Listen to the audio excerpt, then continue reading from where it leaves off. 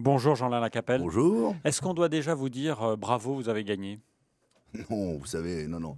Ne mettons pas la chèvre avant les bœufs. Cependant, il est évident que la dynamique est de notre côté pour l'instant. Nous avons une candidate, vous l'avez vu, qui était au Liban, qui était au Tchad, qui était en Russie ces derniers jours, qui est en train de démontrer qu'elle a une stature de chef d'État, qui a entamé une grande campagne également de meetings régionaux à Nantes, à Metz, à Châteauroux. Et nous serons le 17 avril, d'ailleurs j'engage les habitants de l'Île-de-France et de Paris à venir se mobiliser et à venir soutenir notre candidate Marine Le Pen qui sera au Zénith de Paris le 17 avril prochain. Alors Marine Le Pen progresse dans les sondages alors qu'elle a des ennuis avec la justice, tout comme François Fillon. Comment ça s'explique finalement? Elle semble intouchable. Donc je crois que la nature de ses ennuis n'est pas du tout la même. Monsieur Fillon, lui, on lui reproche un enrichissement personnel. On lui reproche d'avoir pendant des années rémunéré son épouse et ses enfants contre rien. Marine Le Pen a des assistants parlementaires depuis 20 ans qui travaillent pour elle 24 heures sur 24. Et c'est juste une question tout simplement de frontière entre le rôle de militant qu'ont nos assistants parlementaires et le rôle de salariés qu'ils ont au sein du Parlement européen. La justice et la procédure est lancée. François Fillon, lui, accepte d'aller voir les juges. Marine Le Pen, non. Finalement, c'est elle qui a la bonne méthode pour monter dans les sondages? Oui, parce que je crois que Marine Le Pen a demandé, il y a déjà plus de 12 mois, a demandé à ce qu'une ouverture judiciaire soit ouverte, a demandé surtout à ce qu'elle puisse être entendue par les juges. Ça n'a pas été le cas et je crois que le système politique a voulu calquer le calendrier électoral sur son calendrier politique ou ce calendrier judiciaire. Marine Le Pen ne souhaite pas tomber dans ce piège-là. Place à la campagne et elle ira bien évidemment rencontrer les juges ou les services de police quand ce sera le temps, c'est-à-dire à l'issue de la campagne électorale. Ou si elle gagne après le quinquennat. Oui, ou si elle gagne. Mais écoutez, elle a tout simplement le droit de son côté, elle a droit à une immunité parlementaire, elle en profite et elle a raison. Elle profite du système. Non, elle ne profite pas du tout du système. Je crois que Marine Le Pen est loin d'être la candidate du système. Au contraire, elle doit rien à personne.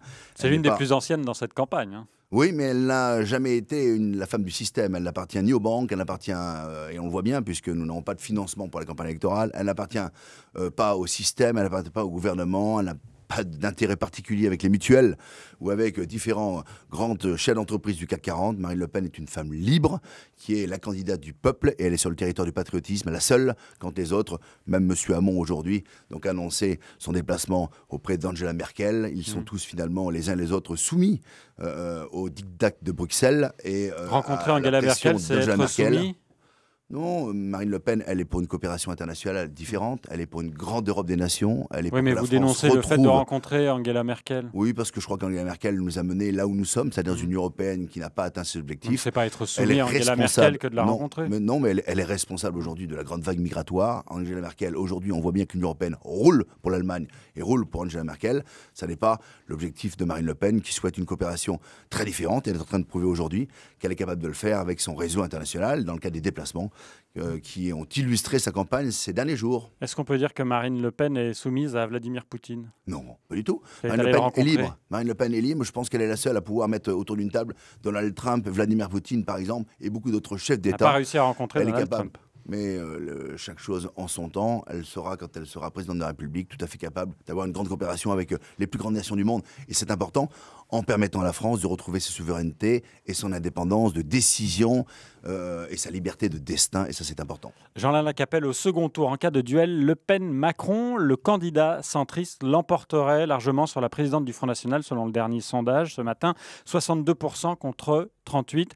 C'est Emmanuel Macron, votre adversaire le plus redoutable? Ah, mais il est certainement celui qui est au plus aux antipodes du projet présidentiel de Marine Le Pen.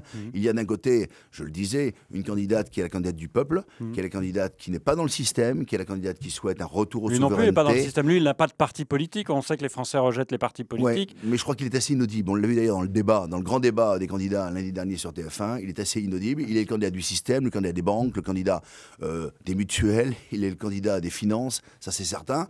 C'est peut-être le candidat intelligent qui prend les bonnes idées là où il y en a. Ouais, ce que veulent les Français, puisqu'ils rejettent la gauche et la droite. Il est candidat un petit peu de tout le monde et de personne. Il a ces dernières semaines recueilli les soutiens de M. Cohn-Bendit, de M. Madeleine, de M. Bayrou, de M. Delanoë. En fait, je crois que ce n'est pas la présidence de la République qu'il faut que vise M. Macron, c'est plutôt le poste de conservateur du musée Grévin, parce qu'avec tous ces soutiens et ces de dernière minute, je crois que ça en arrive à être risible. Est-ce que vous ménagez un peu plus François Fillon dans cette campagne? Nous mélangeons personne, parce que je vous le dis, je crois que Marine Le Pen n'a pas d'adversaire. Elle a aujourd'hui un projet présidentiel autour du patriotisme national, tout simplement, et elle a en face d'elle des candidats du système qui ne veulent pas modifier l'Union européenne. Même M. Fillon souhaite un grand gouvernement de la zone euro. M. Macron est pour un gouvernement européen. Donc ils sont les uns et les autres totalement aux antipodes du projet présidentiel. Jean-Alain Lacapelle, pardon. Nous recevions ce matin une salariée de chez MIM, qui est ce groupe de textile, plus de 200 boutiques. Le siège social est à Thiais, dans le Val-de-Marne. Il y a aujourd'hui une réponse du tribunal de commerce de Bobigny sur une éventuelle liquidation partielle, peut-être entre 800 et 1000 emplois supprimés. Cette salariée déléguée du personnel a écrit une lettre à tous les candidats et elle se rend compte aujourd'hui qu'il y a un décalage entre les discours et entre la réalité, où on ne s'occupe pas de véritables choses dans cette campagne. La seule réponse qu'elle a obtenue pour l'instant, c'est celle de Benoît Hamon. Que fait le Front National ? Là, sur ce sujet-là, évidemment, je ne sais pas pourquoi elle n'a pas reçu de réponse. En revanche, je lui conseille, bien évidemment, de lire les 144 points du programme de Marine Le Pen. Car mais là, elle nous écoute, qu'est-ce que vous lui dites ? Aujourd'hui, soutenez-nous, car Marine Le Pen est la seule à vouloir protéger les entreprises françaises. Elle est la seule à vouloir instaurer un patriotisme économique qui est interdit par l'Union européenne. C'est une entreprise qui est soutenue par les Chinois.